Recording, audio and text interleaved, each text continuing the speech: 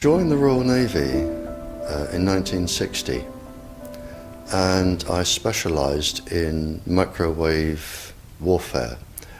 Radar, obviously, which uses microwave, but they don't just teach you radar, they teach you all about microwaves and other uses. So I understood about microwave warfare and how it can damage people, how it can harm people. And when I finished with the Royal Navy, I was also a diver in the Royal Navy, and microwaves I used in underwater mines as booby traps. Which actually got me interested, because I was actually taking a bomb to pieces underwater, and it was too complicated. And I brought it to the surface, and my partner that was on the surface said, "Don't be an idiot, take it back down." He said, "If somebody's beaming you with microwaves, they'll go right through you, and as you open the casing, trigger a photoelectric cell, and it'll blow all of us up." And he said, "If it doesn't go through to the bomb, it'll aim it at your head and make you make a mistake." And that's really got me interested from that point, because I thought, well, how can microwaves going into your brain make you make a mistake? And I asked a lot of questions. I have a very curious brain. And the forces, they're very good at explaining things and telling you things. So I did that, and I also did a medical course while I was in to help me understand everything. And when I left, a small part of my job was to question captured agents, spies, terrorists, because microwaves then were used as weapons, as they are today. It is a perfect stealth weapon, and when governments don't like a group of people, for instance, the ladies who protest at Greenham Common in England about the American missile base they camped, they were microwaved. We microwaved Catholics in Northern Ireland to make them sick. It goes on all over the world, and it's a weapon that you don't know you're being targeted, because the dose is very, very low, which is actually more dangerous than a high dose. It's very, very low, and it may take a year or two, but you can cause neurological damage and cancers with low-level microwaves, and you can make all your opponents sick. It's a perfect weapon for a government to use. So that was going on, and I gathered all the information about that from people who were captured from other countries to find out what technologies they had, what pulse frequencies they used. But as I said, it was only a small part of my work, but because I was highly trained in it and I was useful, it just became a part of my working structure, along with master criminals and terrorists and all sorts of people that I found incredibly interesting, actually, to talk to. Very, very interesting. And then when I left there, I took a job teaching, and I taught advanced level physics, and I specialised in nuclear and atomic radiation, and again microwaves. And I've just always been in microwaves. And then it was a doctor, I went to see a doctor once, as most teachers do, with a sore throat. And he said, as most doctors do, "It's viral, there's nothing I can do for you." And I was leaving, and he said, "Hang on, Barry," he said, "you're a physicist?" And I said, "Yeah." And he said, "Can you explain something?" He said, "I went to a house that had a cot death 5 years ago. And the family moved, and a new family moved in. They had a new baby. The cot was in exactly the same place, and there was another cot death." And he said, 5 years apart. And he said, "There's a transmitter the other side of the child's bedroom wall. Could the transmitter cause the cot death?" And I said, "I don't know." I said, "But I'll look into it." And then I found that microwaves were involved, and I knew what microwaves did. And a while later, I went back to the doctor, I wrote a paper on it, and I said, there's your answer. Microwaves can cause cot death by 2 or 3 different mechanisms. There's your answer. And then, for some reason, he told somebody who told somebody, and people started phoning me up and writing to me, saying, can you explain this, or can you help with that? I've never actually asked anyone if I can do anything. They always come to me.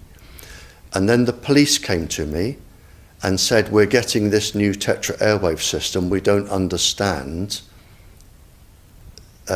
what's happening. Can you read all this scientific rubbish and just put it into Janet and John and tell us? And I said, of course I can. So that was published, and since then it's snowballed and snowballed and snowballed, and now I receive up to 1,000 communiques a week from various countries, various people, and I can't handle it. So, and I'm here now because somebody asked me to come here. Wi-Fi, I think anyone who puts Wi-Fi into a school should be locked up for the rest of their life. I really do. I think they're not fit to walk on the surface of this planet because they haven't looked at the research, and whatever incentive they have, it is not worth the genetic problems that parents are going to face with their children when they're born. And if you think of a single parent, a mother, who has a genetically deformed child, that particular mother will feel guilty because she gave birth. She will feel guilty and she will be worried every single second of every single day for her life. She will worry that the child won't marry. If the child can marry, she'll worry that the children will carry the disease, which they will. She will worry when she dies who will take care of them. So you are condemning both the family and the children to a lifetime of absolute hell. And this is already published. It is available to look up. It's what I call intentional ignorance. They are offered some sort of incentive and they think, oh, this is going to be good, we'll have it. Now the problem is, imagine you are a 15-year-old schoolgirl. All of the 400,000 eggs in your ovaries were with you at birth. They're not fully developed, but they're with you. They are 10 times more susceptible to radiation than all of the other DNA in the body. And scientists don't realize that. They don't read all of the papers as I do. So you have this highly susceptible genetic material which is going to make your children. And you are irradiating it because Wi-Fis, they are transmitters as well as the routers, as well as the ones either side of you. They are all transmitting at this height through your ovaries. So you are risking the damage, the DNA damage of your child every time you sit down and you use Wi-Fi. And it's like saying, if I smoke a cigarette, which one will cause the damage? The answer is I don't know. It could be the one today. So you now have a child that has a probability of being genetically damaged. But the real damage is when that child grows up. You have genetic material in your ovaries which could be damaged. Now, the real problem comes, so you have a child that could be born genetically damaged, but the real problem comes when you become pregnant. If you are a teacher or a mature student and you become pregnant. because the embryo inside your womb, in the first 100 days, all of those 400,000 eggs are forming in your embryo, your child's ovaries. So your child could be born with genetically damaged eggs. And the main thing about the eggs in the ovaries of your child is that they have absolutely no protection. It hasn't been developed yet. We have a natural protection against microwaves. It was developed since the Stone Age against thunderstorms and massive amounts of radiation coming into our body. But in your embryo, your uterus, in the fetus, where your child is developing for the first 100 days, in the ovaries, the eggs do not have that protection. So they are at maximum risk from radiation. And for the first month or so, you wouldn't even know you were pregnant.